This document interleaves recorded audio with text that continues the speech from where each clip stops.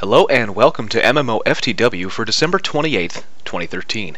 I'm your host, Bill Murphy, and this is the week that was in MMO news at MMORPG.com. Ignited Games has reopened 7 Core, the mounted combat MMO that was recently closed by gPotato.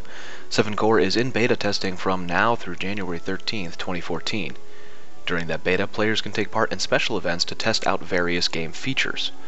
We're not sure what Ignited can do that gPotato couldn't, but we wish them all the best. ZeniMax devs took to the airwaves this week to reveal more about the multi-faction PvP that players can expect in Elder Scrolls Online. The first article gave readers insight into the design process behind the Keep system, its destructible nature, and much more. The second feature on the official site was the latest in the Ask Us Anything series, and it dealt specifically and only with PvP. You can read both articles at MMORPG.com and find the requisite links back to the ESO site. The Portalarium team has posted a news update about Release 1 of Shroud of the Avatar and the players' reaction to it. During Release 1, players were able to download and interact with a small portion of the game in order to provide feedback to the development team. Both Starlong and Richard Garriott took to the forums to give some insight into what the design team took away from Release 1. At a more fundamental level, said Garriott, Release 1 was a test of this new paradigm of crowdfunding and crowdsourced development. The paradigm is about a much more transparent and tighter communication loop between the community and the developers. Nowhere is that more true than with an early test like Release 1. Yes, of course it was a test of specific systems like patching, login, character customization, housing, and conversations, but at a deeper level, it was a test to see if we could give you something so very early in development and have you understand what to expect. The pair had much to say about Release 1, so head over to the Shroud of the Avatar forums and site for more. Cryptic's Andy Velasquez has posted a final 2013 State of the Game letter for Neverwinter.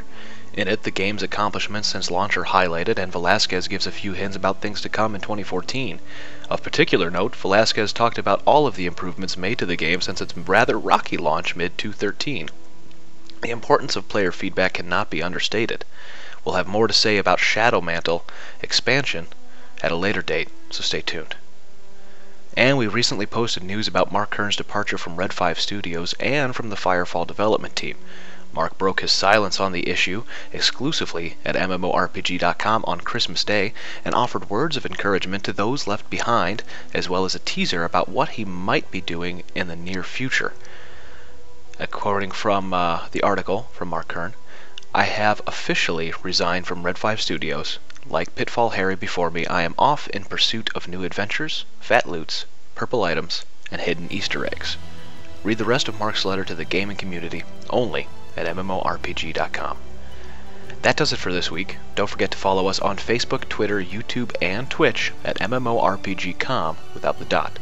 You can also find me on Twitter at TheBillMurphy. Thanks for watching. Hope you had a Merry Christmas. See you next week. As always, don't let a bad pug get you down.